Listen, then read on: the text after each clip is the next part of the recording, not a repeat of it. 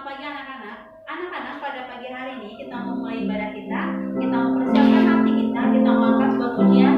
Bapa ku datang padamu. Kita nyanyi yang sungguh-sungguh ya.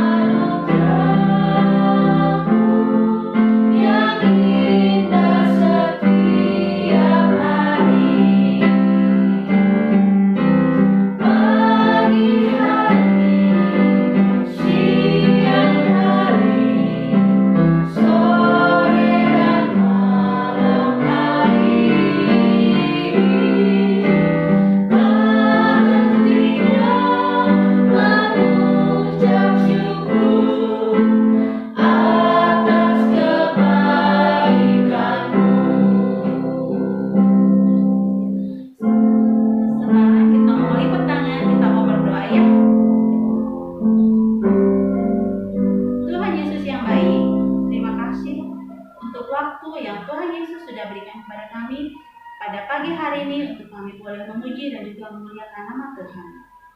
Tuhan Yesus, sebentar kami memulai ibadah kami, biarlah Tuhan Yesus menolong dan memberkati kami dari awal pertengahan hingga akhirnya. Dalam nama Tuhan Yesus kami sudah berdoa. Haleluya, amin. Ya. Anak-anak, tadi kita udah berdoa dan sekarang kita mau bangkit berdiri ya, walaupun anak-anak ada di rumah, kita mau bangkit berdiri. Kita mau angkat pujian Kudaki-daki ya. Kalau ada mama papa di sebelah boleh diajakin ya, kita nyanyi bersama-sama.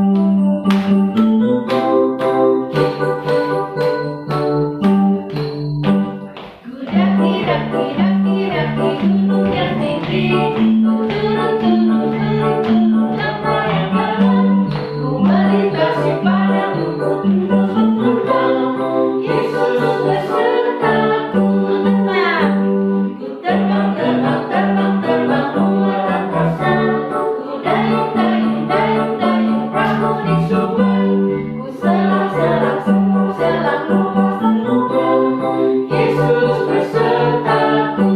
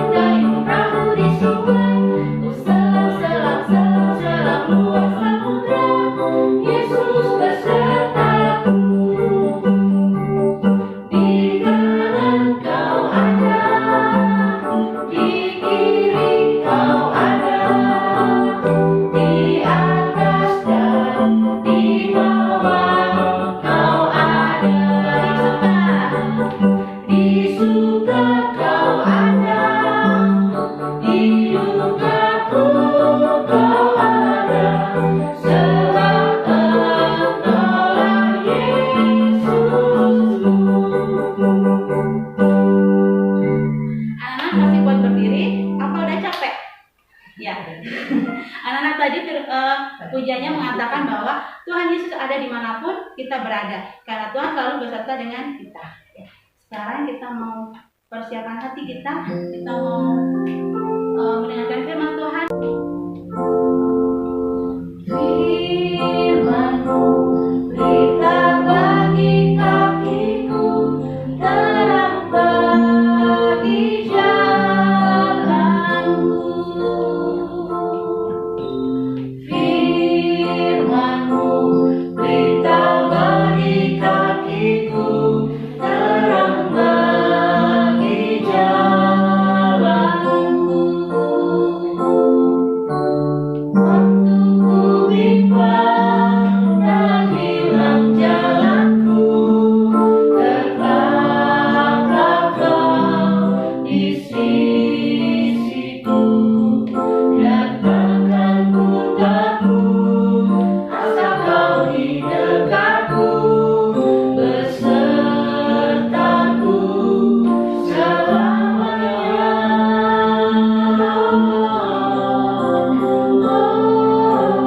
Firman-Mu berita bagi kakiku, terang bagi jalanku. Sekali lagi.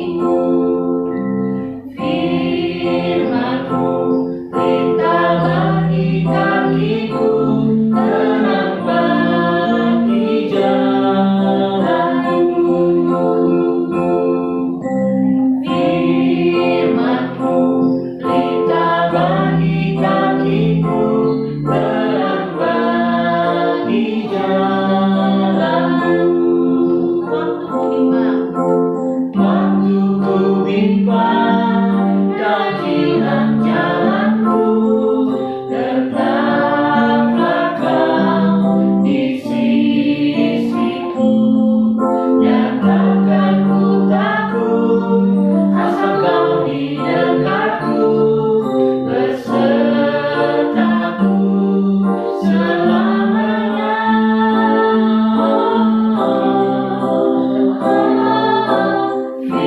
Firman-Mu berita bagi kakiku, terang bagi jalanku, terang bagi jalanku, terang bagi jalanku. Anak-anak, sekarang kita mau lipat tangan, kita mau berdoa, nanti Pak David yang memimpin kita dalam doa. Mari anak-anak, sebelum kita mendengarkan firman Tuhan, kita bersama-sama berdoa memohon pertolongan Tuhan. Allah kami yang di surga, kami mengucap syukur Tuhan kalau di tengah-tengah masa pandemi ini kami bisa tetap mengikuti kebaktian, mendengarkan firman Tuhan. Biarlah kami boleh senantiasa menikmati hadirat Tuhan dalam kebaktian-kebaktian yang kami ikuti. Tuhan, sebentar kami akan mendengarkan sebagian dari firman Tuhan. Biarlah kiranya demi kemurahan Tuhan, kami mohon izinkanlah kami mengerti akan firman Tuhan.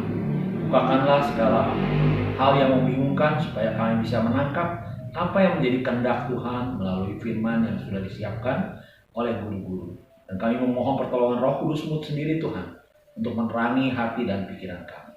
Terima kasih Bapa, di dalam nama Yesus Kristus kami menyerahkan pemberitaan firman Tuhan. Haleluya. Amin. Kitab Ayub diawali dengan kisah yang sangat aneh yang terjadi di surga, yang digambarkan sebagai sesuatu yang menyerupai pusat komando surgawi. Allah ada di sana bersama dengan malaikat-malaikat ciptaannya yang disebut anak-anak Allah. Mereka berkumpul di sana untuk melaporkan tugasnya.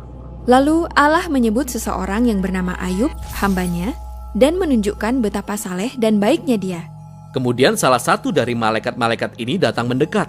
Dalam bahasa Ibrani dia disebut setan. Setan, siapakah dia? Kata ini sebenarnya adalah sebuah julukan yang secara harfiah berarti orang yang menentang.